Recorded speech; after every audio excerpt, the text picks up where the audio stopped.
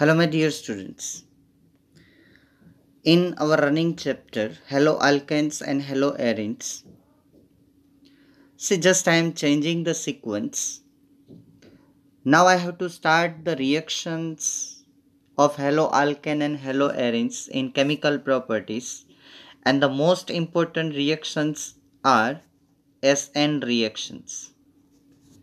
SN reactions are two types: SN1 reaction and SN2 reaction. The full form of SN reaction is nucleophilic substitution reaction. But before starting the SN1 and SN2 reactions, that is nothing but the chemical properties of haloalkane and haloarene. In nucleophilic substitution reaction, you should have a knowledge regarding nucleophiles.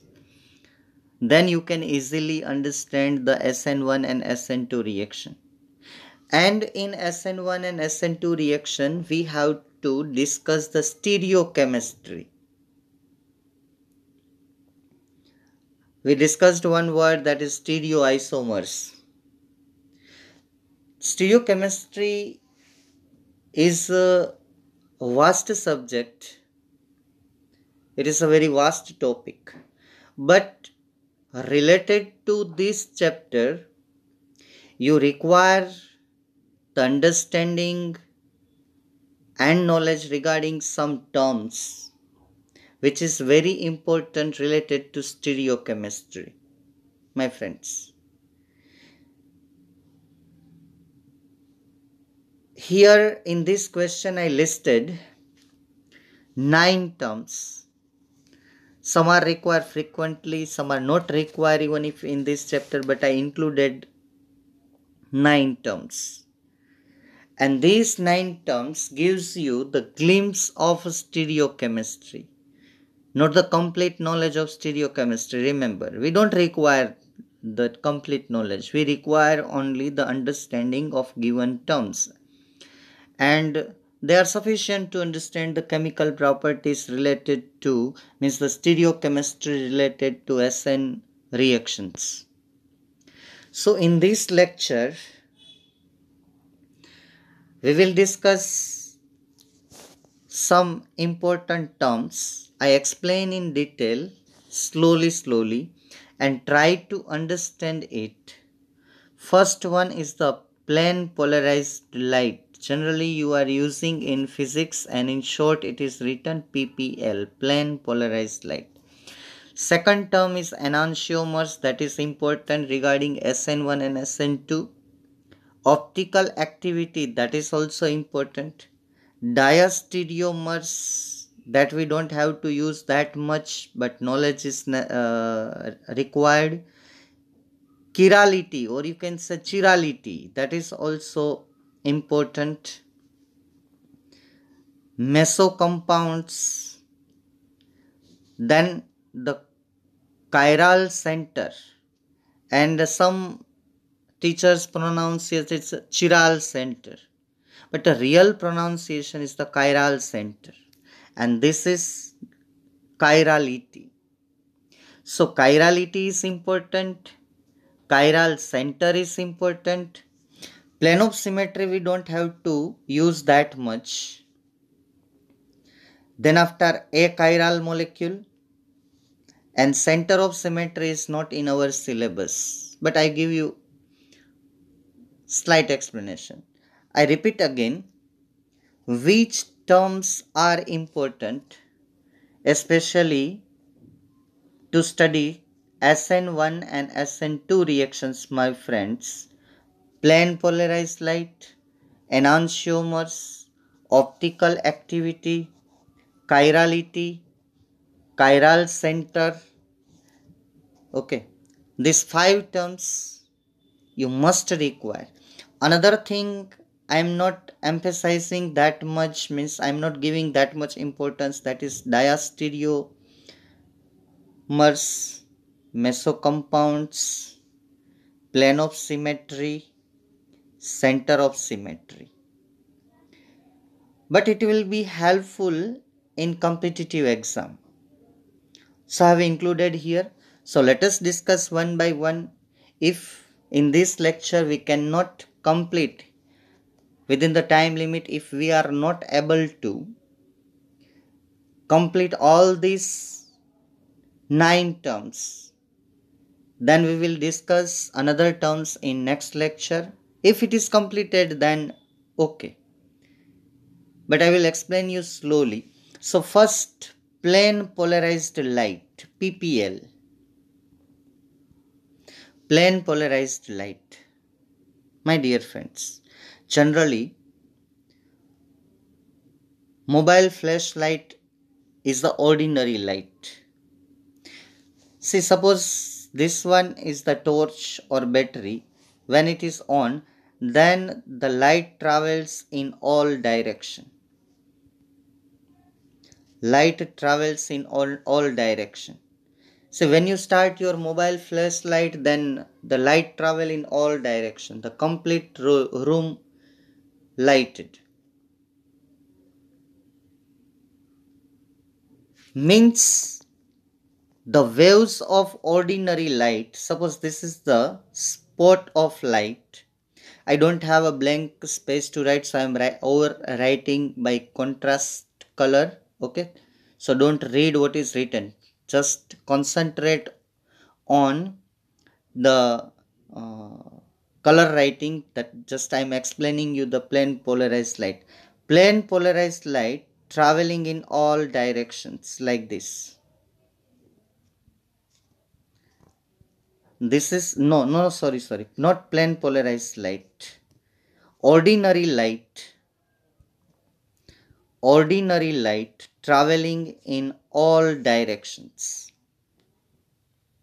If you consider this, these are the rays of light. These are the rays of light. If you consider these rays in a wave form, not in a particle form, then in wave form you can suppose this is the origin spot of light, then it will travel in all direction, in this direction, in this direction, in wave form, in this direction, in this direction, in all direction. It is called ordinary light. In the language of physics, it is called polychromatic light. Which type of light? Polychromatic light. Means so many wavelengths are there in that light. Means visible light has 7 colors: violet, indigo, blue, green, yellow, orange and red, and all color have different wavelength. This is not called plane polarized light. But if this ordinary light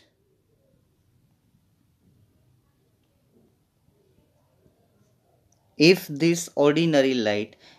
passed through polarizer, it is a one type of prism. It passed through polarizer. It is also called polarizer prism, and polarizer prism is generally Nicol prism. Then the light having only one wavelength is passed, and the light waves of different wavelength they are absorbed here. They are absorbed here. This is the source of light. यहाँ पे आप lamp draw कर सकते हो, कोई problem नहीं. लेकिन ये जो ज्योमेट्रिकल रिप्रेजेंटेशन है कि ऑर्डिनरी लाइट ऐसे होती है. यहाँ पे लिखना है this one is the unpolarised light, और you can say ordinary light. Unpolarised light, ठीक है. Unpolarized light. When it passed through the polarizer prism, then the light having only one wavelength, any one,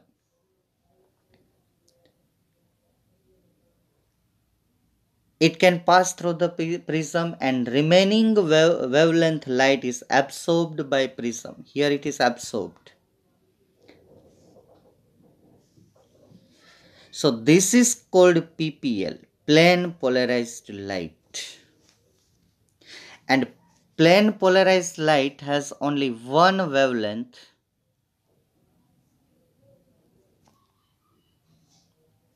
and that is lambda, meter, nanometer, angstrom, any unit you can write. समझ रहे हैं आप मेरी बात में क्या बोल रहा हूं? कि हम जो जिस सोर्स से लाइट ले रहे हैं वो लाइट हर एक डायरेक्शन में ट्रैवल करती है, उसको बोलते हैं हम ऑर्डिनरी लाइट, जिसमें this is the polychromatic light, मतलब कि ये लाइट जो है वो काफी कलर लिए हुए हैं, जिसके पास डिफरेंट डिफरेंट वेवलेंथ होती है। उसमें से हमें कोई एक लाइट चाहिए, specific light having wavelength specific lambda. How can we obtain that light? That light is obtained when ordinary light is passed through the polarizer prism, and polarizer prism allowed to pass only one light, and that is called monochromatic light having specific wavelength. Monochromatic means one wavelength. And that light in the language of physics called plane polarized light. अब मेरी बात ध्यान से सुनना. When ordinary light is allowed to pass through Nicol prism, ये Nicol prism जो है उसको हम बोलेंगे polarizer prism. A single wavelength light is obtained via prism, and that single wavelength light obtained, that is called plane polarized light. आगे जाके हमको optical activity decide करनी है, उसकी बेसिक रिक्वायरमेंट है प्लेन पोलराइज्ड लाइट. बात समझ में आ रही?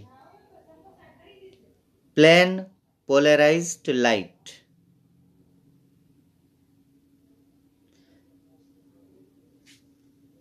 इस डेफिनेशन के लिखने के बाद आपको ये डायग्राम ड्रॉ करना है. पहले यहां ड्रॉ कीजिए ऑर्डिनरी लाइट ऐसे, ठीक है. यहां डायग्राम नहीं है, आपको ड्रॉ करना है कंपलसरी. ये ऑर्डिनरी लाइट, यहां सब जगह पे एरो डाल दीजिए और नीचे लिखिए ऑर्डिनरी लाइट, ऑर्डिनरी लाइट. और you can write like this unpolarized light, UPL. And when this light pass through the Nicol prism, एक रेक्टेंगल ड्रॉ कर दीजिए ऐसे simple, and this is nothing but polariser prism. आपको full form लिखना है, मैं सिर्फ समझा रहा हूं. This is a polariser prism. इसमें से जब लाइट पास होगी तो light having other wavelength will pass. Only one wavelength light is obtained. देखिए ये वाली निकल रही है, बाकी ये वाली और ये वाली वो तीनों एब्सॉर्ब हो रही है, वो बाहर नहीं निकल रही है, तो हमको मिलेगी ये लाइट.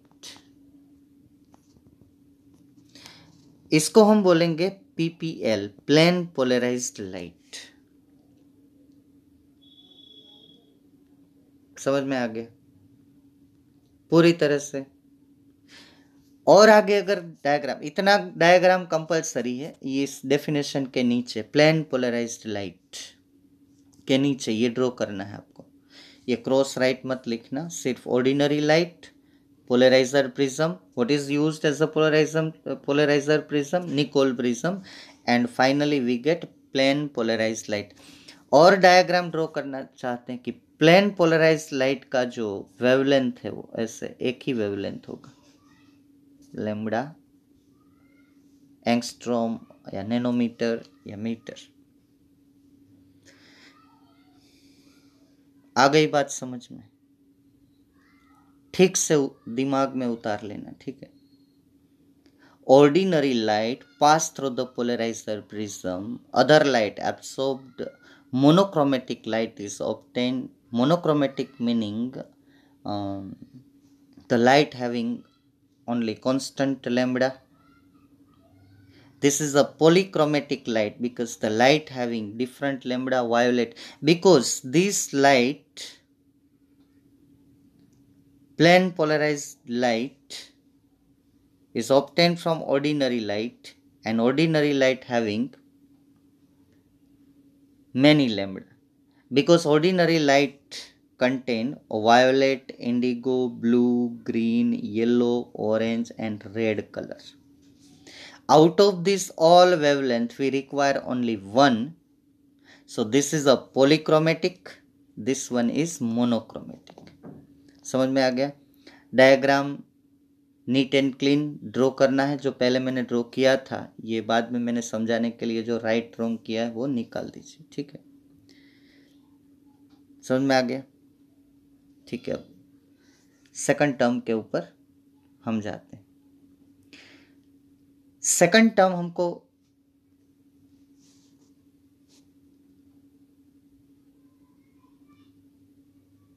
ऑप्टिकल एक्टिविटी, यहाँ पे सीक्वेंस में थोड़ा डिफरेंस है। ये फर्स्ट टर्म है, उसके बाद सेकंड टर्म है ऑप्टिकल एक्टिविटी।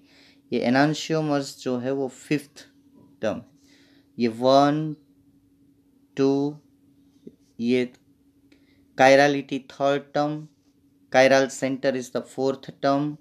इसके बाद फिफ्थ टर्म है एनांशियोमर, सिक्स्थ टर्म है डायास्टीरियो आइसोमर्स, सेवंथ टर्म है हमारी मेसो कंपाउंड्स, एट्थ टर्म है plane of symmetry and chiral molecule, and ninth term है सेंटर ऑफ सिमेट्री। सीक्वेंस जरा देखिएगा, ठीक है।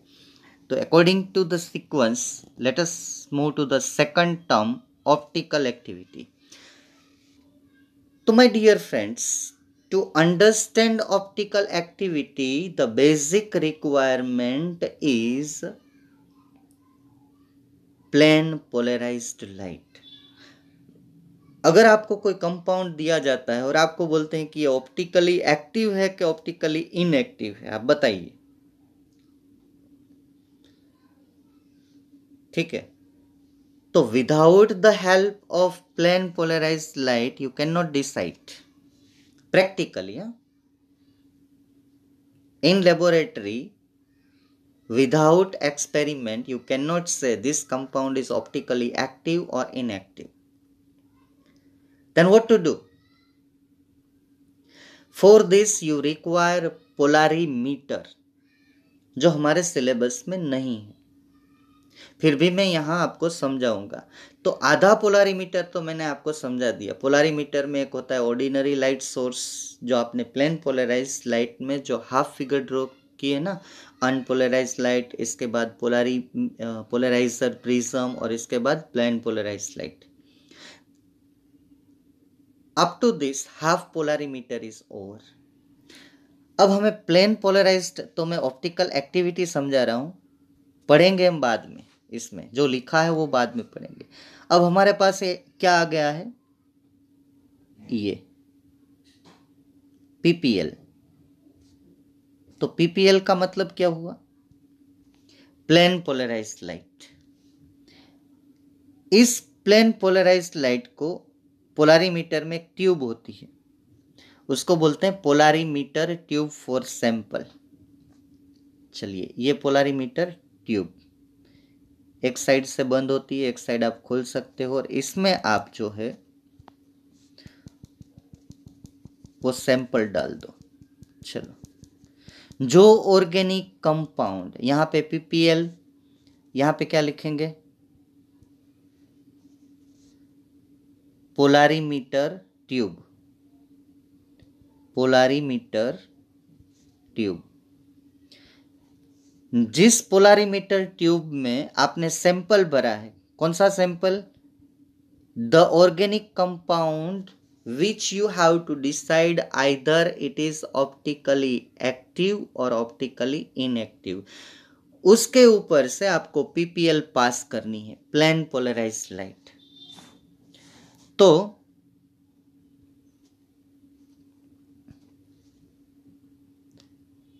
यहां पे एक फोटोग्राफिक प्लेट होगी। This one is photographic plate. क्या है ये? Photographic plate. ये लाइट तो सीधी है, आप देखिए।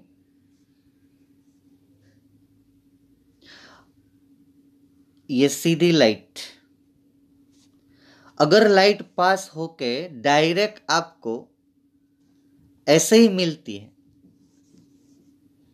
जैसे पास की वैसे ही फोटोग्राफिक प्लेट के ऊपर मिलती है, तो समझ लीजिए कि आपने जो सैंपल पोलारीमीटर ट्यूब में रखा है वो ऑप्टिकली इनएक्टिव है, उसने उसके साथ कोई एक्टिविटी नहीं की।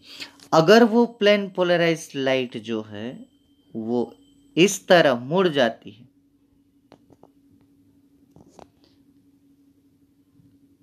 इसको हम गिनेंगे राइट साइड, क्लॉकवाइज। या तो वो मुड़ जाती है लेफ्ट साइड, वो हम ड्रॉ नहीं करेंगे, दोनों साइड। मतलब कि ये प्लेन पोलराइज्ड लाइट या तो ऐसे बेंड हो जाती है या तो ऐसे बेंड हो जाती है, तो हम ये समझेंगे कि ये जो ऑर्गेनिक कंपाउंड है उसने उसके साथ कुछ किया। यहां पे ऑब्जर्वर होगा, वो एडजस्ट करके, उसके पास मूवेबल प्रिज्म होगा, वो प्रिज्म को मूव करके, यहां एक प्रिज्म आता है, ये है मूवेबल प्रिज्म एमपी, और यहां से ही वो ऑब्जर्व करेगा। ये है ऑब्जर्वर की आंख, आई ऑफ ऑब्जर्वर। वो देखेगा अगर लाइट वैसे ही आ रही है तो ये जो मूवेबल प्रिज्म है उसको देखने के लिए मूव करने की जरूरत ही नहीं है, सीधा दिखाई देगा। अगर प्रिज्म आपको राइट साइड मोड़ना पड़ता है तो समझ लीजिए कि वो plane polarised light right side rotate हो रही है। अगर लेफ्ट साइड मूव करना पड़ता है तो समझ लीजिए कि ये plane polarised light left side move कर रही है। तो पहला वाला कंसेप्ट तो आपने समझ लिया, प्लेन पोलराइज्ड लाइट। अब वही प्लेन पोलराइज्ड लाइट यहाँ पे पूरा पोलारीमीटर खत्म होता है, ये आधा पार्ट 50% पोलारीमीटर पीपीएल से लेके ऑब्जर्वर तक, ये ऑब्जर्वर है। आपको पूरा पोलारीमीटर नहीं ड्रॉ करना है, आधा पोलारीमीटर जो मैंने बताया वो प्लेन पोलराइज्ड लाइट के नीचे, वहां तक हम प्लेन पोलराइज्ड लाइट ऑब्टेन करेंगे। वही plane polarised light second section में हम सैंपल में से पास करेंगे। अगर वही प्लेन पोलराइज्ड लाइट रोटेट नहीं होती है तो कंपाउंड इज ऑप्टिकली इनएक्टिव। अगर वो प्लेन पोलराइज्ड लाइट रोटेट होती है, अगर वो रोटेट होती है तो समझ लीजिए कि जो कंपाउंड आपने लिया है वो ऑप्टिकली एक्टिव है। बात को पूरी तरह से समझ लीजिए, बात में जो लिखा है वो पढ़िए। मैं इजी लैंग्वेज में पहले आपको समझा रहा हूं, समझने की कोशिश कीजिए। तो क्या क्या मैंने लिया? ऑर्डिनरी लाइट, उसको प्रिज्म में से पास किया तो मुझे पीपीएल मिला, प्लेन पोलराइज्ड लाइट। वही प्लेन पोलराइज्ड लाइट मैंने पोलारीमीटर ट्यूब कि जिसमें सैंपल खाली नहीं है वो ट्यूब, उसमें मुझे जो सैंपल मुझे एनालाइज करना है कि ये ऑप्टिकली एक्टिव है कि इनएक्टिव है, उसको मैंने अंदर डाला है, उसका सॉल्यूशन। अब मैं ऑब्जर्व कर रहा हूं by movable prism on photographic plate कि लाइट के ऊपर क्या इफेक्ट आ रहा है। लाइट मुड़ रही है राइट साइड की लेफ्ट साइड की, जैसे पास हो रही है वैसे ही निकल रही है। अगर लाइट के ऊपर कोई पीपीएल के ऊपर कोई इफेक्ट नहीं हो रहा है तो स्टेटमेंट लिख लीजिए कि ये कंपाउंड ऑप्टिकली इनएक्टिव है। अगर लाइट राइट साइड या लेफ्ट साइड मुड़ रही है तो आप समझ लीजिए कि कंपाउंड ऑप्टिकली एक्टिव। ठीक है, लाइट के साथ वो कुछ रिएक्ट कर रही है, रिस्पॉन्स दे रहा है वो कंपाउंड।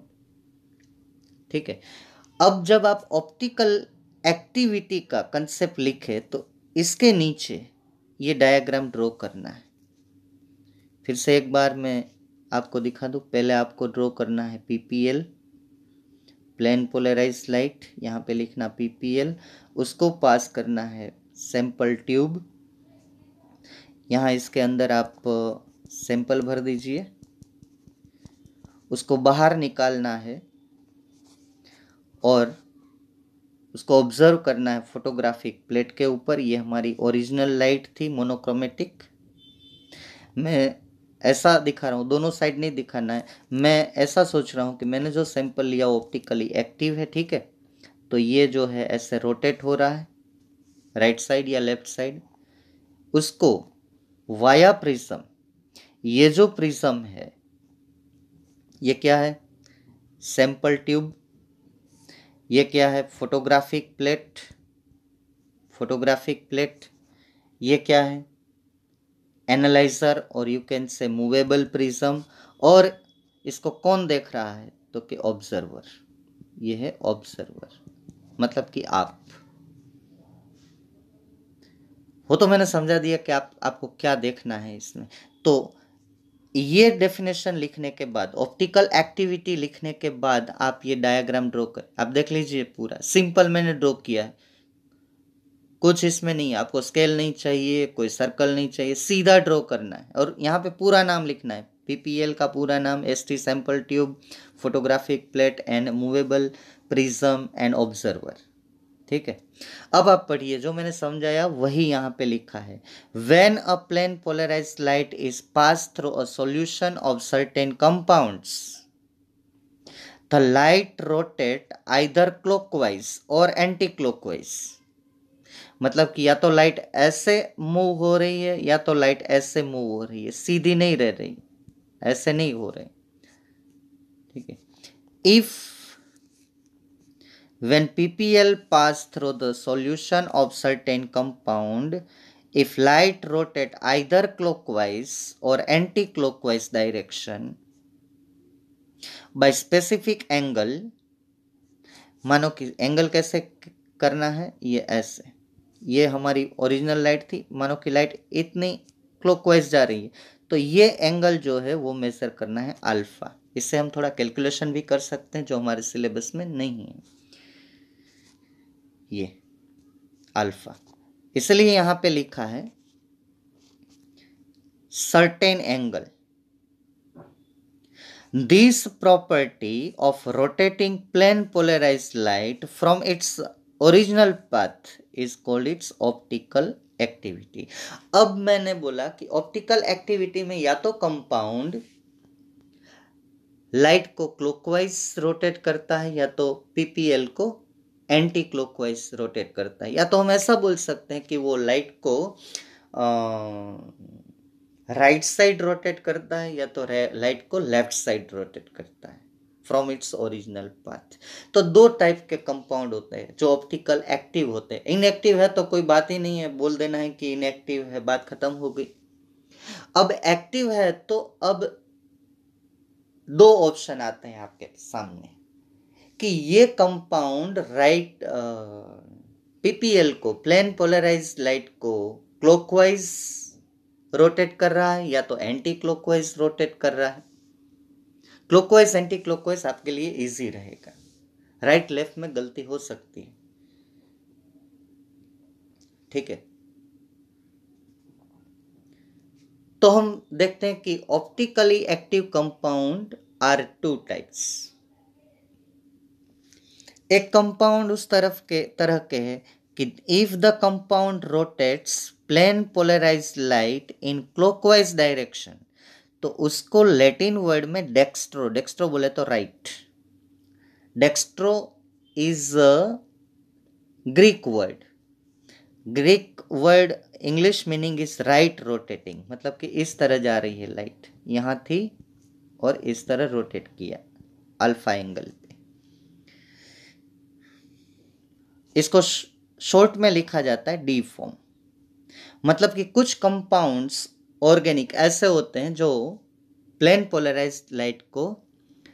क्लॉकवाइज मतलब कि राइट साइड रोटेट करते हैं तो उसको हम बोलते हैं dextro rotatory compounds and in short written D form. और हम इसके लिए प्लस साइन भी यूज कर सकते हैं। फिर से मैं इंपॉर्टेंट वर्ड हाईलाइट करता हूं। Compound rotates PPL clockwise called dextro means right rotating. It is also denoted by D form and it is also denoted by positive sign. या तो पॉजिटिव लिखिए या तो स्मॉल d लिखिए। Small d represent dextro, plus represent dextro means right side.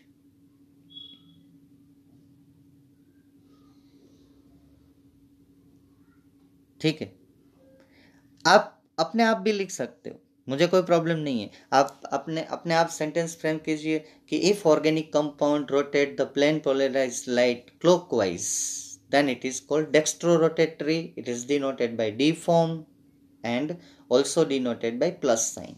बात खत्म हो गई। मैंने जो यहाँ पे लिखा है वो टेक्स्ट बुक को साथ में रख के, मतलब कि I am not using other languages. What is written in textbook that is I am writing here. Okay,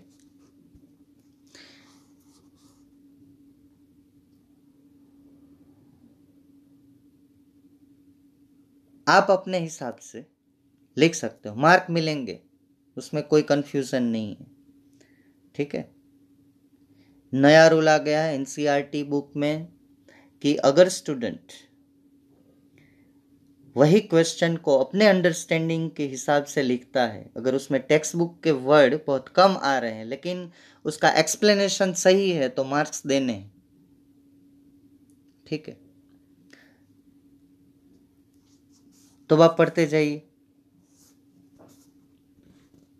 ये डेक्स्ट्रो मैंने समझा दिया, क्लॉकवाइज मानी कि डेक्स्ट्रो, तो उसका ऑपोजिट एक्सप्लेनेशन होगा लेवो। ऑपोजिट एक्सप्लेनेशन होगा लेवो कि if the compound rotates the plane polarised light anti clockwise, जिसको डेक्स्ट्रो की डेफिनेशन आती है कि कौन सा कंपाउंड हम बोलेंगे डेक्स्ट्रो रोटेटरी। हालांकि dextro and laevo both are optically active. Listen, आप भूल नहीं जाना, मुझे धीरे धीरे धीरे बहुत आगे बढ़ना है इसमें। तो मैंने सीक्वेंस में लिया, पहले आपको बहुत डिटेल में समझाया है PPL प्लेन पोलराइज्ड लाइट। इसके बाद मैं आया हूँ, मुझे जल्दी जल्दी ख़त्म नहीं करना है, कंसेप्ट दिमाग में उतरने चाहिए, रट्टा भी नहीं लगाना है। ठीक है, समझ में आ गया? मतलब कि आप इसको छोड़ो, जो कुछ भी यहाँ पे लिखा है आप अपने आप लिखने की तैयारी करो। ये भी बहुत बढ़िया है। अगर जिसको डेक्स्ट्रो समझ में आ गया है वो सीधा बोल सकता है कि if the compound rotates plane polarised light left side और anti clockwise then the compound is called laevorotatory. Laevo Greek word है LAEVO। लेवो मीन्स लेफ्ट, यहाँ पे लिखा है ना Greek for right it is dextro, then Greek for left it is laevo. It is also denoted by small l and also denoted by negative sign.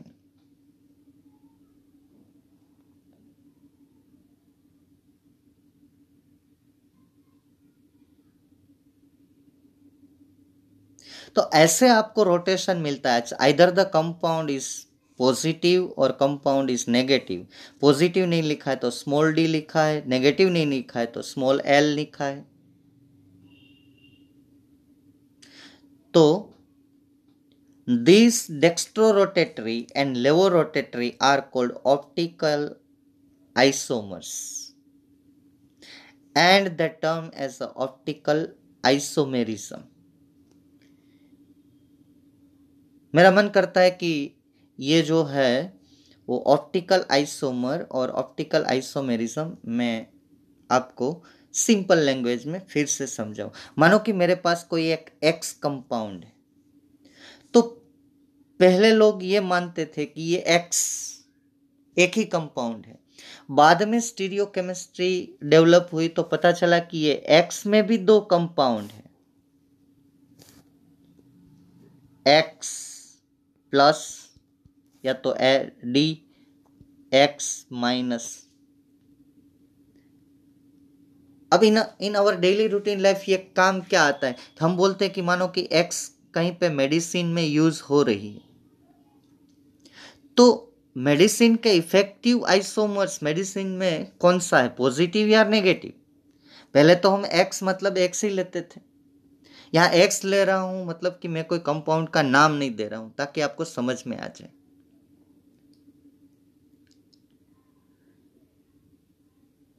तो देखिए बाजार में टेबलेट बहुत छोटी छोटी आ रही है, क्योंकि हर एक कंपाउंड का 2 आइसोमर होते हैं।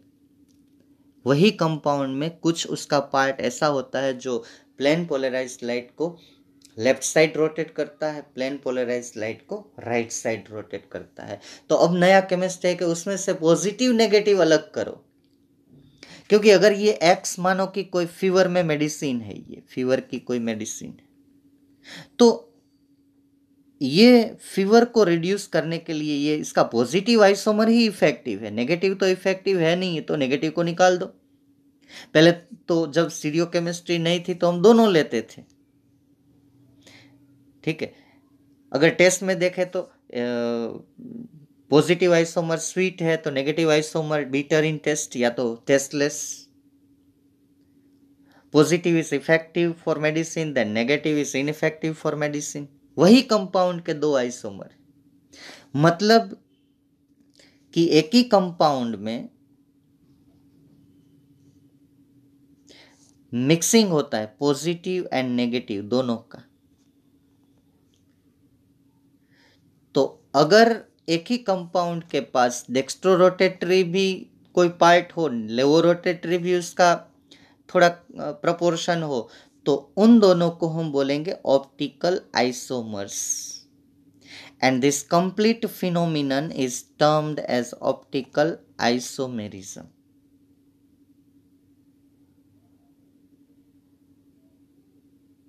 पहले भी मैंने बोला है कि ये स्टीरियो केमिस्ट्री का पार्ट है। अब स्टीरियो आप मत समझ लेना जो हम रूटीन लाइफ में समझ, स्टीरियो इसका मतलब होता है related to space, related to space.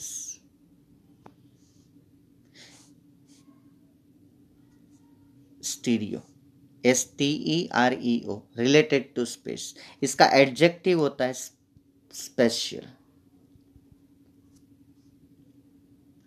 Related to space means spatial. तो स्टीरियो का और कोई मतलब मत निकालने। Stereo chemistry means chemistry related to 3D arrangement of molecule. तो पहली बार ये लुई पास्चर ने देखा कि ये ऑप्टिकल एक्टिविटी जो है that is only due to the 3D arrangement of atoms in molecules। 3D arrangement. अब ये केमिस्ट्री पेज या ब्लैक बोर्ड से समझने वाली केमिस्ट्री नहीं है, इसमें आपको 3D मोलेक्यूल चाहिए। मोलेक्यूल को 3D मॉडल बना के आप लेकिन इसकी ज़रूरत नहीं पड़ेगी, हम लोग पूरा समझाने की कोशिश करेंगे with in the page, with in 2D writing. आप समझ रहे हो ना मैं क्या बोल रहा हूँ कि ऑप्टिकल एक्टिविटी क्या है। पहले तो आप कंपाउंड ऑप्टिकल एक्टिव है कि ऑप्टिकल इनएक्टिव है कैसे डिसाइड कर सकते हो। मैं धीरे धीरे जा रहा हूँ ताकि ये जो कंसेप्ट है, मानो कि मेरे पास कोई कंपाउंड है, पहले तो आप डिसाइड करेंगे ऐसे, या तो ये ऑप्टिकली एक्टिव है या तो ऑप्टिकली इनएक्टिव है। OA means optically active, OIA ये वैलिड नहीं है, पूरा लिखना है, ये तो मैं आपको समझाने के लिए लिख रहा हूँ। Optically active, optically inactive. अब ऑप्टिकली एक्टिव है वो आप कैसे डिसाइड करते हो? PPL से। वो 2 टाइप के हैं, either optically active is the dextro और optically active is the LAEVO, laevo. या तो आप D बोलो या तो आप L बोलो, या तो आप यहाँ प्लस बोलो या तो आप माइनस बोलो, पूरा लिखो या सिंबल लिखो या साइन यूज करो, एज यू लाइक। समझ गए? पूरा उतर गया कंसेप्ट। तो ये लुई पास्चर ने पहली बार बोला है, उसने वो लैक्टिक एसिड जो योगर्ट जो दही में होता है, कर्ड में होता है, उसने बोला कि इसमें जो लैक्टिक एसिड है उसके दो आइसोमर्स है, डेक्स्ट्रो एंड लेवो। आज तक हम क्या समझते हैं, लैक्टिक एसिड मतलब लैक्टिक एसिड एक ही कंपाउंड है, नहीं, उसके दो आइसोमर है, एक डेक्स्ट्रो है एक लेवो है। Lactic acids are two types. Maleic acid जो एप्पल में होता है are two types, dextro and laevo. Either rotate plane polarise light in right side और लेफ्ट साइड। ठीक है, तो अब मुझे आपको ये बात समझानी है, थर्ड टर्म इज द कायरालिटी। इसको मार्केट में चिरालिटी भी बोला जाता है, किरालिटी भी कोई लोग बोलते हैं, लेकिन कायरालिटी इज द रियल प्रोनाउंसिएशन।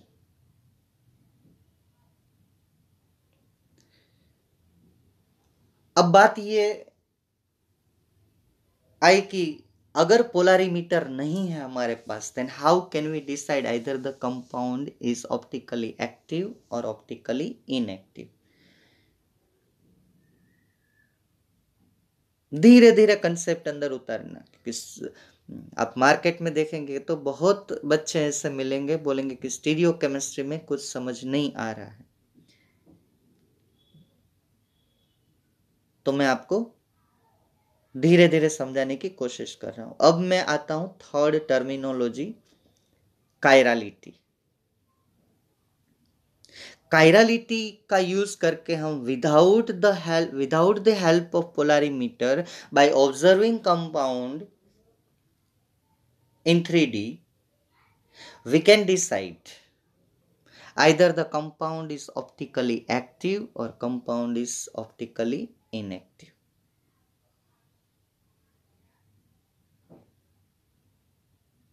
तो पहले हम ऑर्गेनिक कंपाउंड में नहीं आएंगे, पहले हम जनरली समझने की कोशिश करेंगे। My dear students, please pay your attention. हम ऑब्जेक्ट्स लेके समझने की कोशिश करेंगे कि कौन से ऑब्जेक्ट कायरल है और कौन से ऑब्जेक्ट कायरल नहीं है, किसके पास किरालिटी है और किसके पास किरालिटी नहीं है। अब सिर्फ किरालिटी ही डिसाइड करना है आपको, दूसरा मत सोचो कि किरालिटी जो है, कायरालिटी जो है वो कहाँ पे काम आएगी, वो हम बाद में जाएंगे। अभी आप कॉन्सेंट्रेट हो जाओ अर्जुन की तरह कि I have to understand only the meaning of chirality. तो मैं पहले सीधा ये बोल देता हूं आपको कि अगर आप ये ऑब्जेक्ट, ये ड्रॉ नहीं करना है आपको, ठीक है, ये भी ड्रॉ नहीं करना है, सिर्फ समझना है। समझ लीजिए, your right hand is the mirror image of your left hand, your right leg is the mirror image of your left leg. अगर ये हाथ पूरा उठा के इसके ऊपर में डालने की कोशिश करूं तो ये सुपर इम्पोज नहीं होगा। ठीक है, हाथ जोड़ने नहीं है सामने सामने, वरना तो सुपर इम्पोज हो जाएंगे। ये ऐसे ही जैसे आपको ये इमेज दिख रही है, फिर से मैं मानो कि ये आप ले लो ऑब्जेक्ट और ये ले लो इमेज, इसको ऐसे ही उठा के इसके ऊपर रख देना है, तो थंब के ऊपर थंब, लास्ट फिंगर के ऊपर लास्ट फिंगर, ऐसे नहीं होगा। इसका मतलब ये हुआ कि ये सुपर इम्पोज्ड नहीं हो रहा है। ये लेग डायरेक्टली इसी कंडीशन में, इसी पोजीशन पे उठा के इसके ऊपर रख देना है। मानो कि ये ऑब्जेक्ट है, ये इमेज है, तो ये भी इसके ऊपर सुपर इम्पोज नहीं होगा।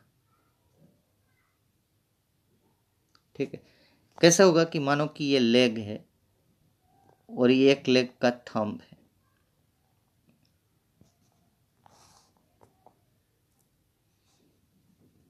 चलो हैंड ले लेते हैं। 3 4 और ये वाला थंब, ये पूरा हाथ। अब दूसरा जो हाथ इसके ऊपर सुपर इम्पोज होने के लिए, तो थंब यहाँ पे आएगा।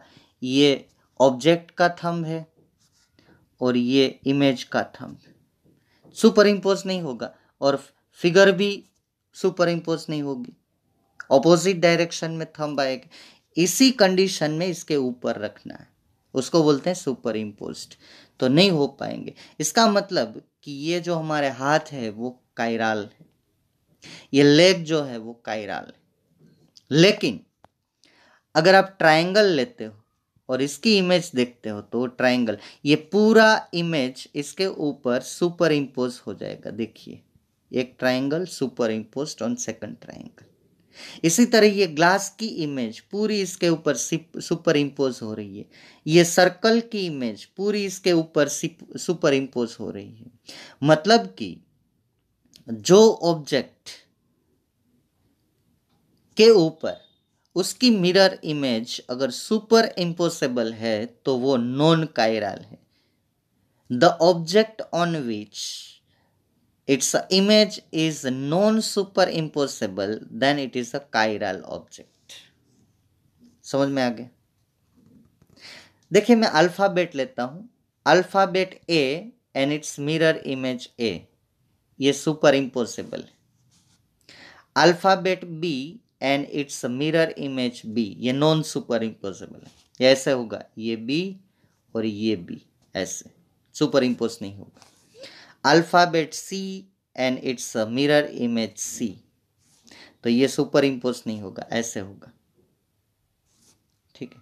Alphabet D and its mirror image D, ये सुपर इम्पोज नहीं होगा, ये ऐसे होगा। Alphabet E and its mirror image E, ये सुपर इम्पोज नहीं होगा।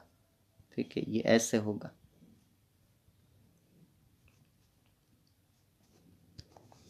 Alphabet F and its mirror image F,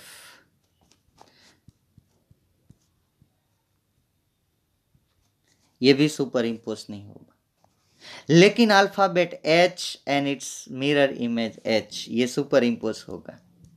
मतलब जो सुपर इम्पोज हो रहा है वो नॉन कायरल है, जो सुपर इम्पोज नहीं हो रहा है वो कायरल। आई देखिए, आई इज ऑलवेज कैपिटल, ये सुपर इम्पोज, मतलब कि नॉन कायरल। इसका मतलब ए तो ये कायरल है, बी ये नॉन कायरल है, सी नॉन कायरल है, डी नॉन कायरल है, ई नॉन कायरल है, एफ नॉन कायरल है, जी नॉन कायरल है, एच कायरल है। ये सुपर इम्पोज हो रहा है। तो पूरी एबीसीडी में से आप ये अल्फाबेट निकालिए कि जिसकी इमेज उसके साथ सुपर इम्पोज हो रही है। तो ये है ए। अगर मैं भूल जाऊं तो आप इसमें ऐड कर देना, अभी जो मुझे याद आ रहा है उतना मैं लिख रहा हूँ। एच, एक है आई, ठीक है, उसके बाद आएगा एक्स और बाकी अगर है यस, और एक है ओ,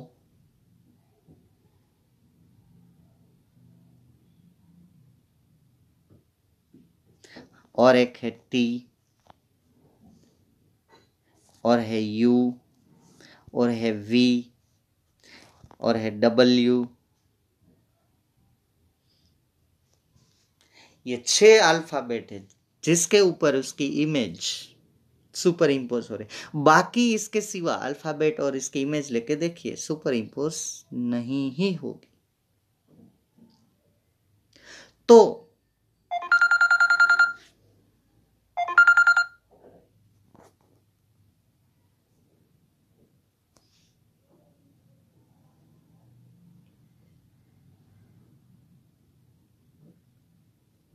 अब हम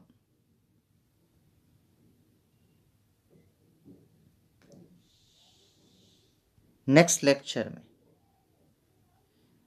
आपको यहां तक समझना है कायरल और अकायरल तक। अब ये कायरलिटी और एकायरलिटी, मतलब कि कायरल एंड नॉन कायरल को लेके मैं ऑर्गेनिक कंपाउंड के ऊपर आऊंगा कि ऑर्गेनिक कंपाउंड में ये जो है किराल और नॉन किराल और कायरल, आप जो भी बोलना चाहे, और चिराल, जो भी बोलना चाहे, ठीक है। Pronunciation is not important, understanding is important. Object में आप अब chirality and non chirality decide कर सकते हो। ऑब्जेक्ट में आप chirality and non chirality decide कर सकते हो, तो वही कायरलिटी नॉन कायरलिटी आपको डिसाइड करनी है ऑर्गेनिक कंपाउंड में, जो मैं आपको नेक्स्ट लेक्चर में समझाऊंगा, ठीक है। ये आप इतना लिख लीजिए।